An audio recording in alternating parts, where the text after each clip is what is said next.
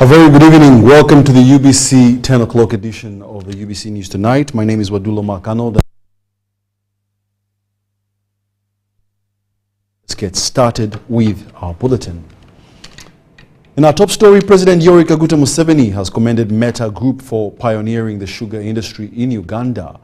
President Yoweri Kaguta Museveni, who was accompanied by the First Lady and Minister of Education and Sports, Mama Janet Museveni, was officiating at the centenary celebrations of Sugar Corporation of Uganda Limited in Lugazi Municipality.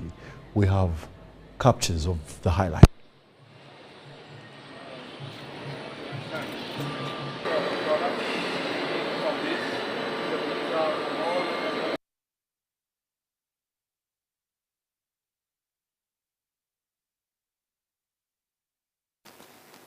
I want to, on behalf of Uganda and on behalf of the National Resistance Movement, I want to thank and congratulate the Metas on 2 counts. Number 1, the elder Meta, who pioneered the sugar industry in 1924. I thank him.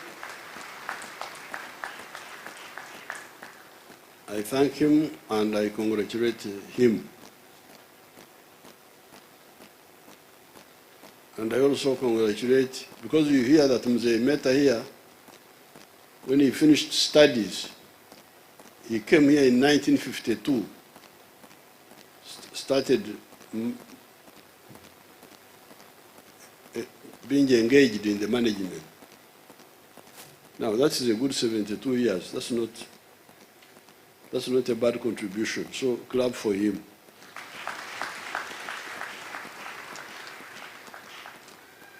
As an individual now, and his wife, who has been supporting him. So I congratulate the Metas for pioneering the sugar industry in Uganda and other industries.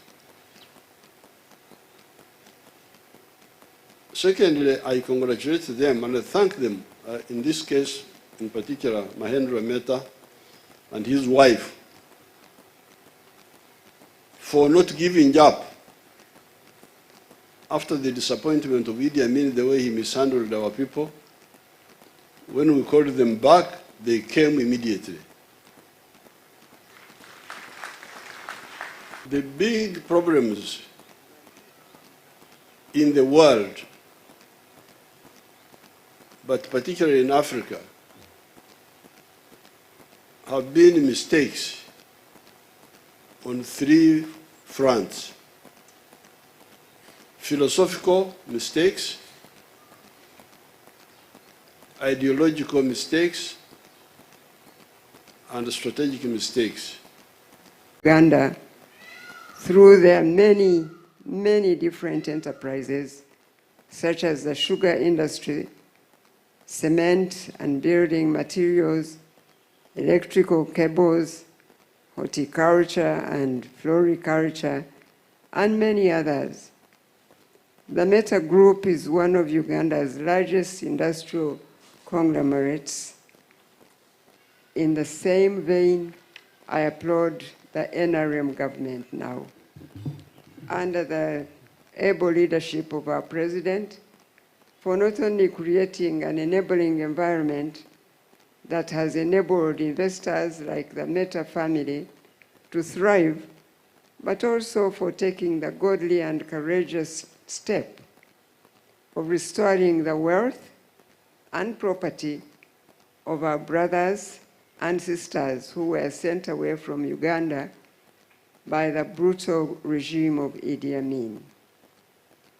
So today, yes, please do that. So today, we do not only celebrate the Meta family, but many families of Indian origin who have made a significant contribution to our nation, and I'm sure many are represented here today.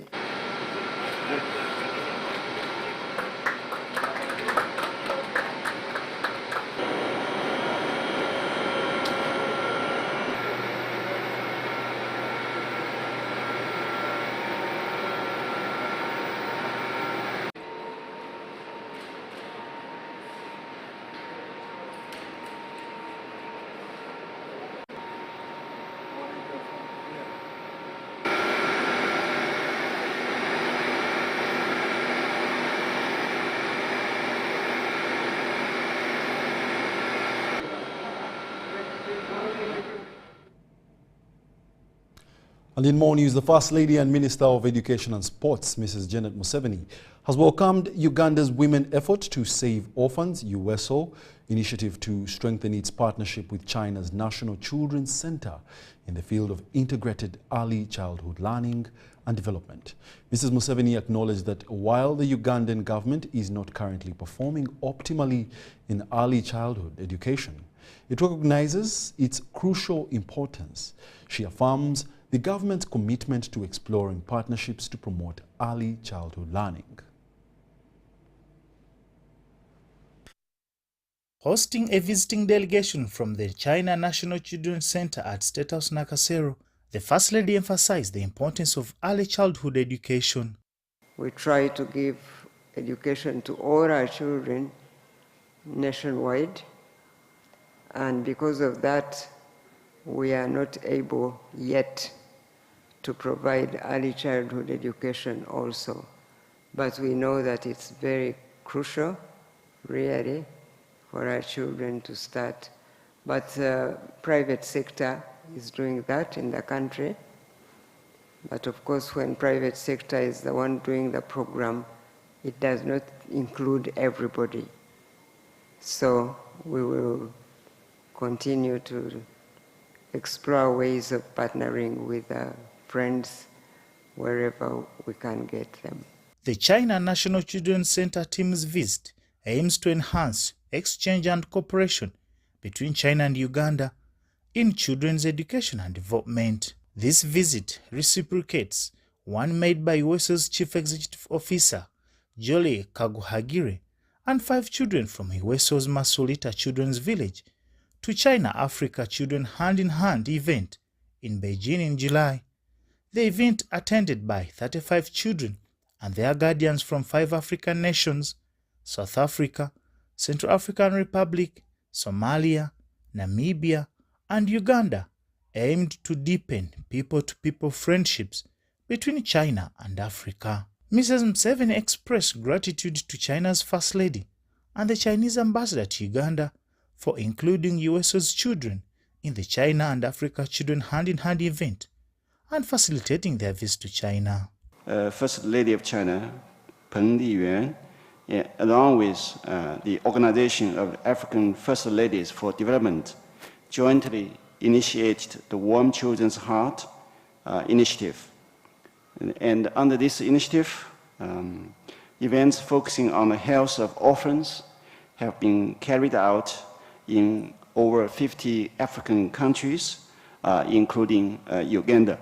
Jolie Kaguhagire shared that during their visit to China, they observed the Chinese preschool education system more efficient. Some of the products and where we visited were the products made by those little children. A child of 6 years, 7 years, they have products. Some of them we brought some small things, but we couldn't carry many things. But it was so challenging to see a little child, very disciplined. They know what to do. They are so creative, and already they are finished products. Wang Shengsu, Deputy Director General of the China National Children's Center, described the center as a national-level institution, providing a platform for exchanges between Chinese and foreign children. Love China! I love China! And in more news, the Deputy Speaker of Parliament, Thomas Tayebwa, has met with Manchester United's goalkeeper, Andre ONANA, at Sheraton Hotel here in Kampala. ONANA is currently in Uganda with the indomitable Lions of Cameroon to play the Harambee Stars of Kenya in the AFCON qualifier game at Nambole Stadium. ONANA was happy with the reception from Ugandans, mainly Manchester United supporters, And Kenya and Cameroon are to play under closed door, a decision taken by the Kenyan Federation not to give Cameroon support. We all associate and we feel really, really proud. And we wish him all the success. I know he's playing against our East African brothers, but these are brothers, you know. So I'm for him, I'm rooting for him. He has a lot of fans here. We are glad he has now settled in very, very well. In fact, he's now the star of the club. I know we might be struggling a bit, but we remain in Manchester. And anytime we are going to be registering all the success. So better tell the Manchester team to come and visit Uganda because they love here. They can't get it anywhere. Amazing, you know, it was something special for me. I never experienced this before, so it was a good moment for all of us. So I would like to thank him for coming and to thank the little boy as well. Yeah, I would like to thank them for the warm welcome, and I'm very grateful for what I received here, and hopefully I will get back here maybe in the summer and we'll have more time together. Government through the Microfinance Support Center has pledged increased financial support to former cattle rustlers known locally as the Karauna in Karamoja sub-region. This commitment comes as an incentive for those who voluntarily surrendered their submachine guns, choosing the path of peace and development.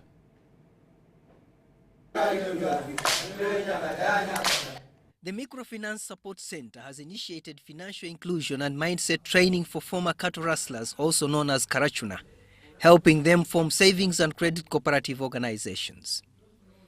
During a visit to the districts of Karamoja sub-region, the board chairperson of the Microfinance Support Center, Dr. Emmanuel Aliba, extolled the Karaunas for their impressive saving culture. It was unbelievable, my fellow Ugandans, that my Karaunas of Amudat district had mobilized themselves into village saving associations, and they had saved over 102 million by themselves.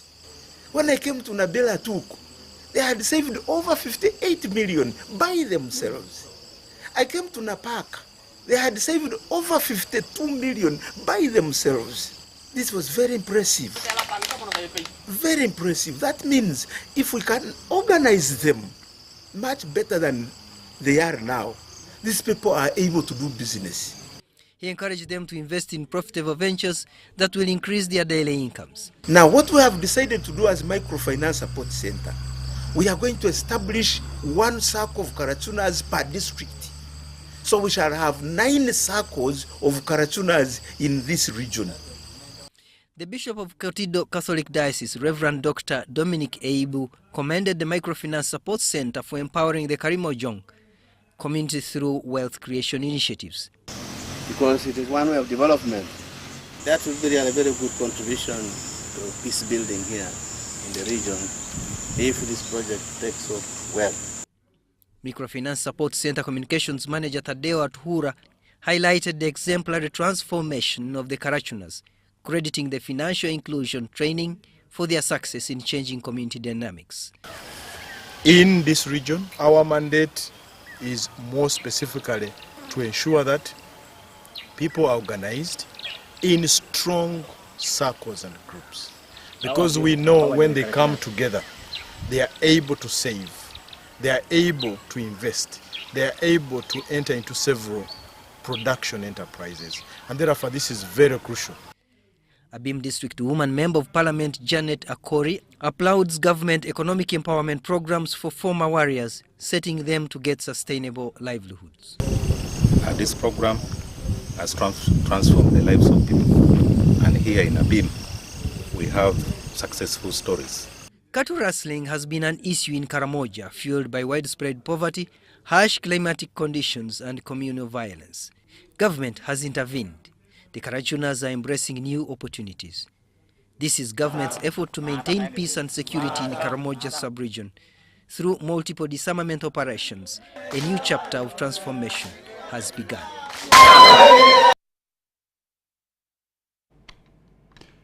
In another development, the UPDF Engineering Brigade has constructed a new modern classroom block at Kololo SS a testament to government's commitment to improve education sector through the Ministry of Education and Sports. Now, the new classroom block project at Kololo Senior Secondary School is a beacon of hope for the future of education in government-aided seed schools in the country. Proposed removal of asbestos and remodeling of laboratory block in Kololo Senior Secondary School. This is the new modern classroom block, state-of-the-art facility and a learning environment conducive for the success of COROS Senior Secondary School. UPDF Engineering Brigade undertook a comprehensive remodeling project, including the removal of asbestos and replacement with modern, safe and durable materials. We've had this project since September 2022, and we've done this project in phases. The structure has two separate blocks. It has block A and block B. It has the ground floor, it has the first floor, it has the second floor, and it has the third floor. Every block, as I said, has measures to a length of 50 meters. With the expertise of UPDF Engineering Brigade, the job is getting done safely and efficiently. On the confidence of the students, on the confidence of the wider public, that indeed UPDF has engineering brigades which can do work, do good work, and record the time. So I'd like to appreciate UPDF for having lived to what we expected them to do. Because as UPDF, they are associated with the quality, with the discipline, with the commitment, and executing this work, they have not let anybody down. So I thank them and congratulate them for not having betrayed their commander-in-chief, who thought it wise that they could do this kind of work. The total project cost of 2.99 billion shillings demonstrates a significant investment in the upgrade and development of COROS Senior Secondary School's infrastructure. When it comes to the directive of the President, it really came in time when we are ready to execute these kinds of projects. Whichever project of whichever magnitude, we have the manpower, we have the skills, we have the blessing of our leaders. Really, we can't go wrong when it comes to that. Unlike the first two phases of this project, which were handled by the other contractors, we have seen that phase 3, phase 4, phase 5, which were handled by the UPDF, in terms of timelines for implementation, we are very, very satisfied. The projects are always either on time or ahead of time, ahead of schedule. The remodeling and asbestos removal project at COROS Senior Secondary School is a shining example of what can be achieved through collaboration and dedication. This new building has created more space for us to have lessons in those respective classes. First Lady, the Honorable, and the Minister of Education and Sports, really appreciative.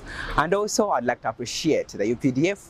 You have really done a great work that our school has really gotten infrastructure. We really appreciate you. The Kololo engineering project scope includes remodeling and removal of asbestos, wall fencing, canteen and roofing of buildings.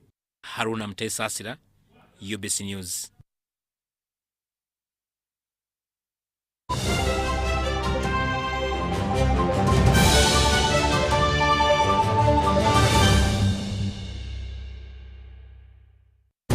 Winning requires the stamina of a lion. But most importantly, it requires that you carry that water up the top of the hill. However, you must use a spoon. Take the water now. Go, run, climb up the hill in 72 spoons. Faster, go, go. Winning is hard, but with MTN Momo, it's easy. Simply pay or shop with Momo for a chance to win mobile money every day. Use the Momo app or dial *165*3#. In the heart of Uganda, a financial revolution is happening. We were once left out, saving the old-fashioned way. With an unexpected saving spot, keeping it too close for comfort. But now, we found a better way to save and manage money. Download the Wendy app from Google Play or App Store or dial *229#. With Wendy, your money is safe and you can earn interest daily. Visit your Google Play or App Store or dial *229# to register. Wendy, Wanawoli.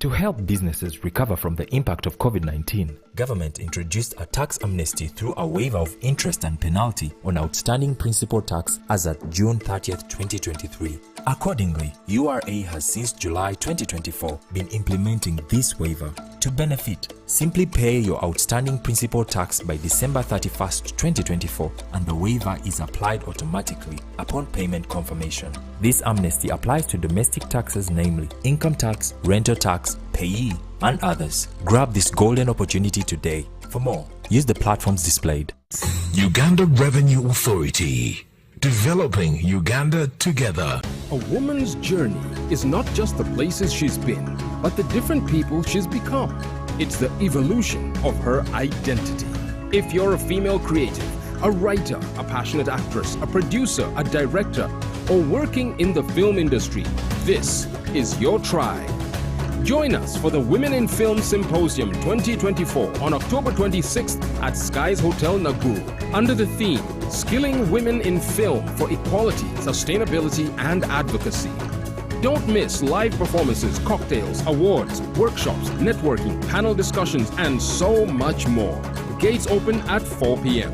The fee is 50,000 Uganda shillings, payable via Momo Pay Code 713362 or call 0786 312 218. Sponsored by.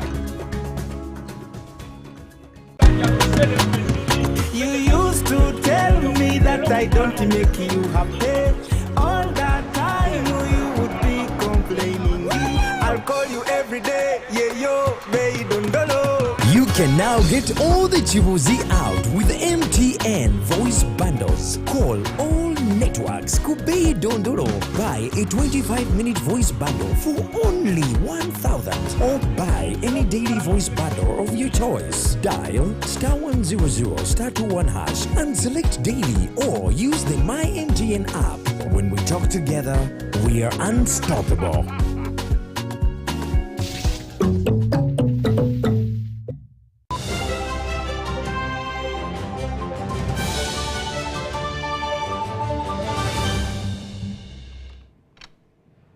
Welcome back. You're still watching the UBC News Tonight, broadcasting live from Nile Avenue. It is on a rare occasion that a contract is awarded in Uganda and works are completed within the stipulated time with no extra cost. This is the possibility that Public Procurement and Disposal of Assets Authority has proved after completing the regional complex in Mbarara City. The State Minister for Finance, Henry Musasizi, wants other entities in and outside government to emulate the example of PPDA in delivering contracts in time. The original cost of this Public Procurement and Disposal of Assets Authority building in Imara City was valued at 3.6 billion Uganda shillings. The proper handling of the whole process saw the authority save government about 200 million shillings, having completed the building at 3.45 billion in the stipulated time. As a regulator, we have to be exemplary in terms of efficiencies in the procurement process, but also in contract execution. This kind of successful example is what other entities are being told to replicate. Where have you had this in government? People are always coming for variations. Variations. But now PPPA is beginning to save 200 million. How I wish all other entities would copy from this example going forward. That achievement saw PPDA staff and stakeholders march through Mbarara City to celebrate. Led by the Authority Executive Director, Benson Turamye, it was an achievement depicting the idea of leading by example. Procurement process was handled in a timely manner, but also select a contractor that is effective. But why open a physical regional office when the world is going digital? This is what Turamye willingly answered. There is also outreach. If Wundubuji is constructing a bridge, definitely as much as you may get the pictures and the reports online, you want to go physically and see. If there is information that is required, for example, or knowledge, creating awareness to our bidders, even the district officials or agents, the government agencies officials, then it will be closer here for capacity building, for training. All this took place in Mbarara City, where regional offices of PPDA were officially opened. Other local leaders joined in appreciating the new milestone as an avenue for extending the fight against corruption. What I want you to do, since they have brought this regional office, let us help our entities. These small jobs, 10 million, I think 15 or what, we want our younger people to also have a chance to compete for some jobs. The construction of this new PPDA building began in June 2023 and was meant to last 1 year, something that has been achieved. Henry Okrut, UBC.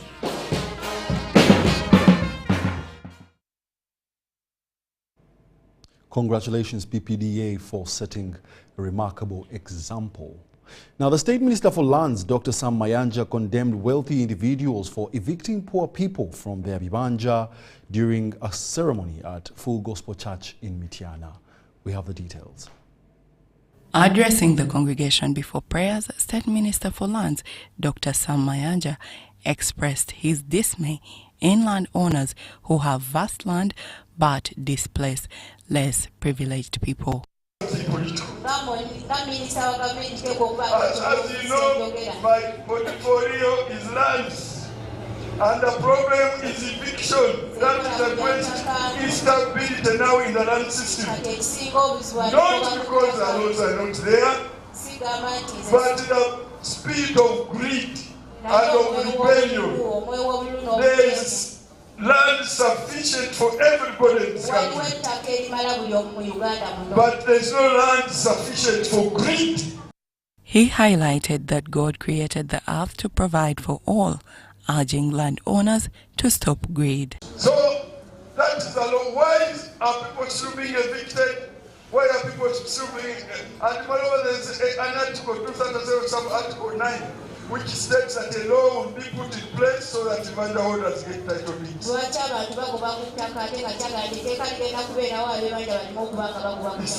greed, it is lawlessness, it is a devil. We must fight it, and we have to be close. Thank God we have a president who fears the Lord and who kneels before the Lord and asks for his help and guidance in leading this country. And we know a time will come when we shall have peace, tranquility, and quiet possession on our land in this country. In his message, the minister called for reflection and repentance among the believers, emphasizing the importance of heart and humanity in their actions. No enough land to feed the cravings of the greed. He has 10 acres, then he wants 20 acres, he wants 100 acres, he wants 1 square mile, he wants 100 square miles. Minisita Mayanja mu kubuulira kwe eri abantu abasabye okufuba okunoonya omukisa gwa Katonda nti balina omukisa.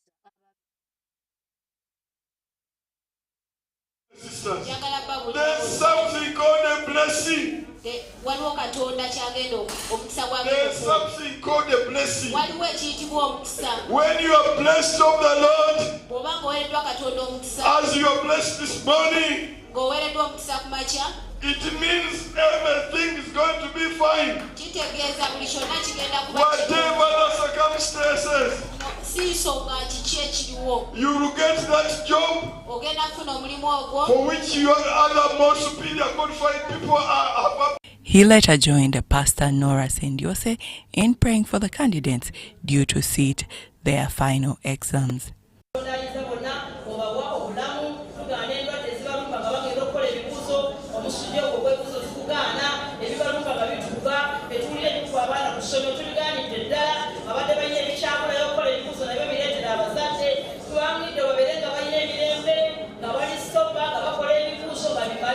Minister Mayanja later donated 10 million Uganda shillings for the construction and development of the church.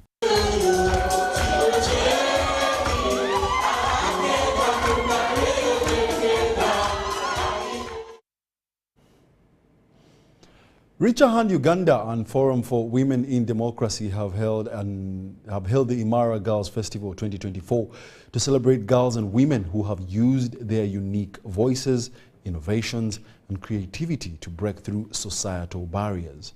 The initiative also seeks to inspire women to quest for full transformation, as these details share with us.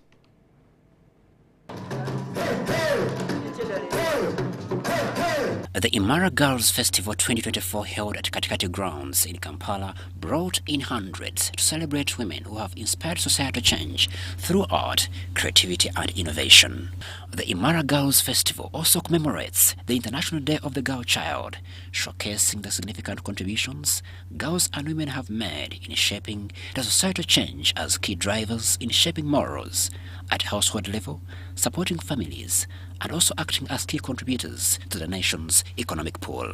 The International Day of the Girl's Child is one of those days that Richer Hand Uganda commemorates to celebrate the work that we do for young women and girls, to celebrate the achievements that we have made to empowerment of women and girls and changing the social norms around women and girls, but also to spotlight the so many issues that still remain left to attend to, especially issues around girl-child education, issues around girls dropping out of school due to pregnancy, girls getting married at a young age, girls who have finished school being denied work, sexual and gender-based violence, and all its forms. We have done this work for the past 29 years, and we find that there are still many obstacles that stand in the way of women and girls being able to excel and participate effectively in the public sphere, and also in all the other spaces in which they endeavor to grow their leadership, grow their businesses, and make a meaningful contribution to development. The same event also raised support for the establishment of Imara Women's Center, an industrial hub that will act as an anchor interventions on advancing women's rights for the next 25 years. So the dream of the Imara Women's Center is to establish a center that will enable us to continue to do the work that we do and to be able to spread out to even more regions and be able to reach more girls and women in the work that we do. This work on the Imara Center continues to grow. A lot of effort have been done this year, including a fundraising dinner by Ford, and now this festival where we are promoting the 1K campaign. The 1K campaign is to ask all of us out there to contribute 1,000 Uganda shillings towards the construction of the Imara Center. The Imara Center is a multi-million structure, which we believe with everyone's contribution, it shall come to pass. We are doing a 1K campaign to build a Imara Women's Center, a center that will rehabilitate the girl child that has no opportunity outside, a center that will help them learn skills, a center that will help them be empowered. This is more about empowering the girl child, investing in them, and also believing in them. Under the theme Invest in Her, Unleash Her Potential, the Imara Girls Festival is an annual event and highlights the need to support women in their innovations, creativity, and also reminding the world that they have a great impact they bring in a nation's development agenda. Crispus Alinitwe, UBC News. Furthermore, senior folk candidates of Halion High School in Soroti District have been urged to be confident and keep time during the UCE examinations. The head teacher, Halion High School, Paul Mark Onyait, took the candidates through the steps on what they are supposed to do during the UCE examinations.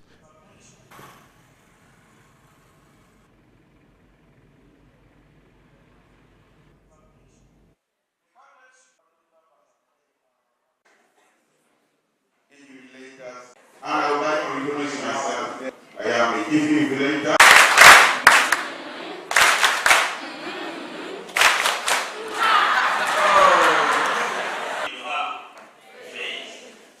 It's really easy, but your preach is point.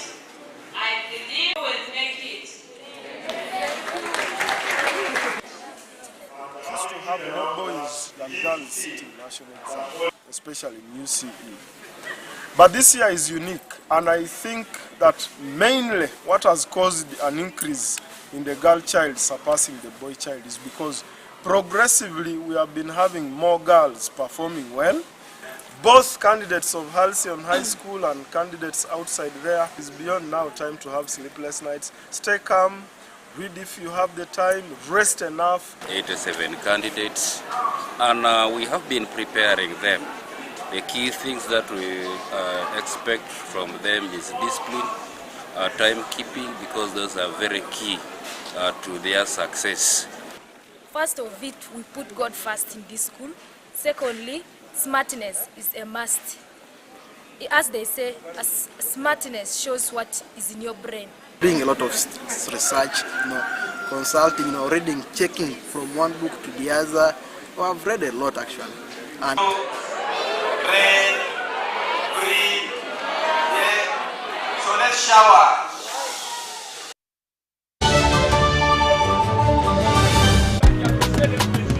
You used to tell me that I don't make you happy. All that time you would be complaining. I'll call you every day, yeah yo, baby don't know. You can now get all the Chibuzi out with MTN voice bundles. Call all networks Kubei Dondoro. Buy a 25-minute voice bundle for only 1,000 or buy any daily voice bundle of your choice. Dial *100 *21# and select daily or use the My MTN app. When we talk together, we are unstoppable.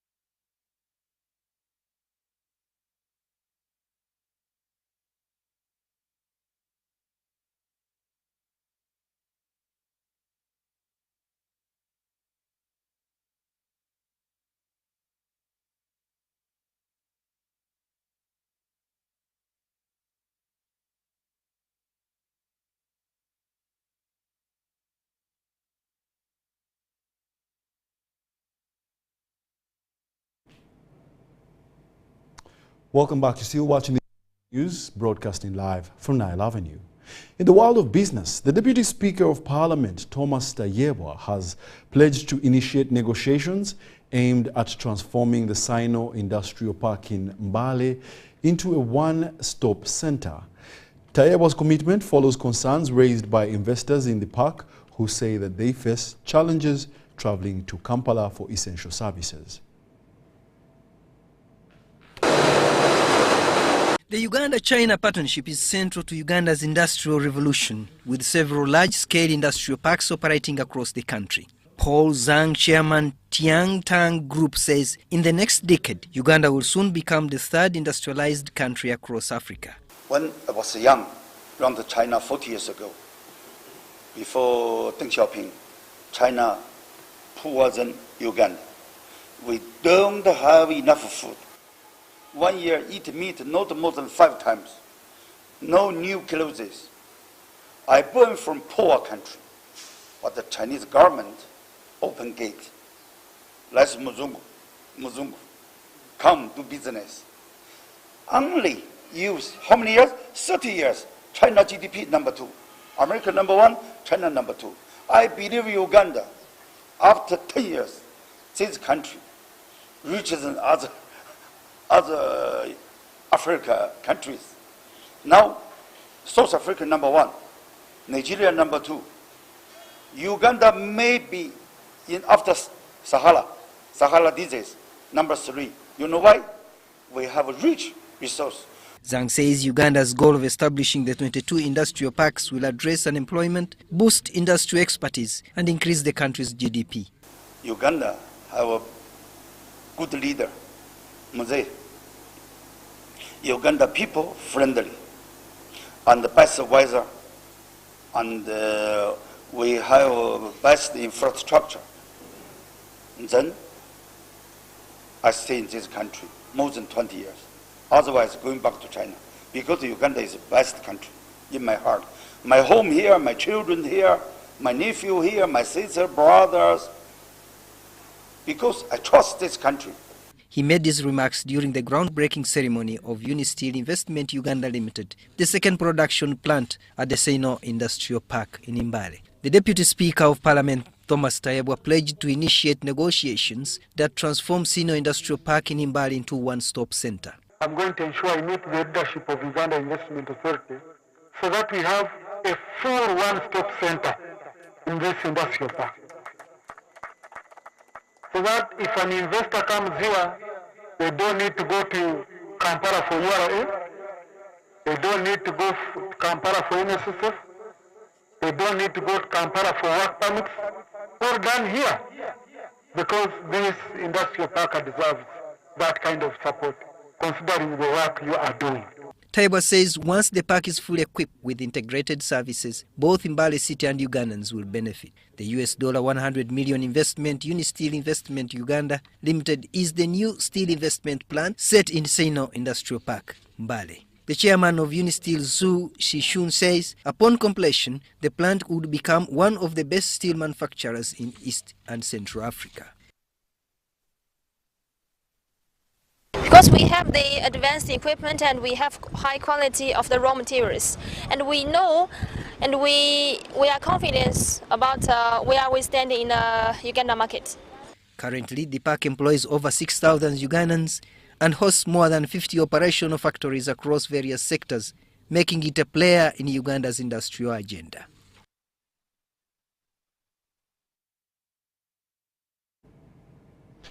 The chairman of the Presidential Advisory Committee on Exports and Industrial Development, Audrey Rabogo, says that Uganda's exclusion from AGOA does not limit trade between the two countries, but challenges Uganda to organize itself better to leverage improved balance of payment positions. This was shared at a debriefing media engagement of the just concluded inaugural Uganda-USA Pan-African Congress Business Forum at Speak Resort Munyonyo. Uganda's suspension from AGOA could be the challenge the country needed to foster more competitive ways of penetrating the over $15 trillion consumer market. in the culmination of the Uganda-USA Pan-Africa Congress Business Forum that climaxed on Friday this week. PASAID's chairman Audrey Rabogo shared progress of Uganda's economic linkage initiatives with America in spite of the suspension. You can imagine we've been selling under AGOA, but how many of you knew what we were selling or the importance of the US market? Very few. We've lifted this to say it's not AGOA, forget. That's just someone telling you, sleep here in my room. Tomorrow he may wake up on the wrong side of bed and say, go. Are you going to die? No. You find another way to get to the market, and that's what we're doing. Because with AGOA, sometimes you have this false cushion, false mattress. Let me sleep on hard surface, and I know what to do. That's how you hear ideas like a trade hub in Chicago. You have a location that is taking 600 units of ready-to-drink espresso sachets. Is it bad to be thrown out of the window and you land on hard surface and learn how to walk? I like it. In support with this argument is Olivier Kamanzi, chairman and CEO of the African Global Chamber of Commerce, who is also one of Uganda's trade representatives in the United States of America. You need to apply to become a AGOA member, to be eligible. So therefore, if Uganda is removed, you should not be seen as we are victims, because you apply to become a member for AGOA. Therefore, if you don't meet A, B, C, D criteria, then you can be removed. That's how AGOA is about. That has not been clear to many African nations. Whenever they remove you, you feel like I'm a victim. Effectively, US is using as a powerful tool for the as a political weapon. Because it's a preferential program, you have to be eligible based on human rights, based on a number of eligibility criteria. Therefore, you have to apply to become a member. The African Growth and Opportunity Act, AGOA, is a USA trade legislation enacted on May 18, 2000. It aims to enhance economic relations between the United States and eligible sub-Saharan African countries by providing them with duty-free access to the US market for a wide range of products. Wadulo Arnold for UBC News in Munyonyo.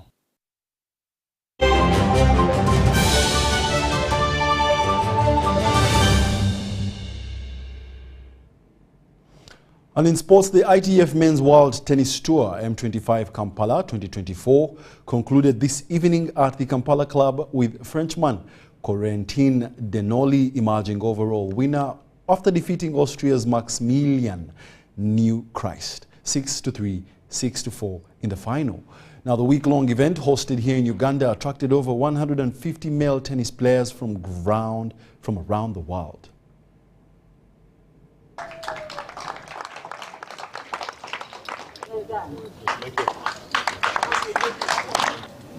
Before Frenchman Corentin Denoli emerged winner, he had to overcome Austria's Maximilian Newchrist in a final that was both intense and entertaining, as Maximilian kept Corentin on his toes throughout the match. However, the on-form and tactical Frenchman ultimately edged Maximilian, winning the final 6-3, 6-4 and the top prize money of the M25 tournament. Well, it's been of course a good week, especially when you win the tournament. You can say it's a good week.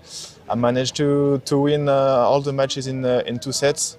I think the conditions were fitting me pretty well. Like I was serving good, and then from the baseline I was pretty solid too.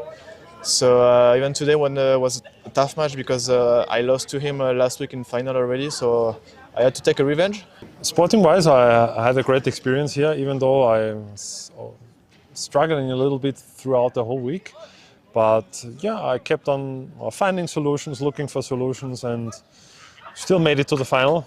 Today, I have to say I lost to the better player. Also, well done to him. And yeah, so far, I mean, that's a good part about tennis. If you reach the final of a tournament, you always enjoy yourself. Though the 3 Ugandan players who took part in this tournament did not go far, the Uganda Tennis Association says they learned a lot from the event. But that's okay. It is their first time to be exposed to this level of tennis. So for them, the gain is that they have been able to play against top guys. So hopefully they will have gained experience, they'll have picked their lessons, and we will continue to expose them here and elsewhere in the region to this level of tennis. Commenting on the tournament, Uganda Tennis Association says that the M25 was a success and are now looking forward to the M15 that starts on Tuesday, 15th October 2024. The tournament was quite competitive. We had a lot of players, good players, upcoming top players. From a number of countries, from Europe, from Asia, from the US, and of course from here in Africa, and who have really fought hard through the last 7 days. We should expect the same thing. Again, some of the players who have been here for the M25 have stayed, others have come in, so we're going to expect also very good tennis. The ITF Men's World Tennis Tour M24 and M15 Kampala 2024 are both pathways to the ATP Tours and ultimately Grand Slam competitions. Grace Joyce Kemigisa, UBC News. And that brings us to the end of our UBC News Tonight this weekend. Thank you very much for being a lovely audience.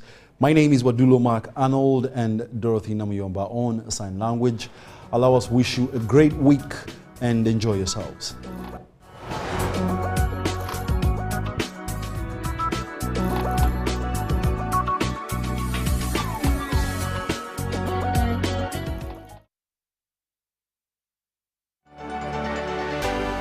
UBC, inspiring Uganda.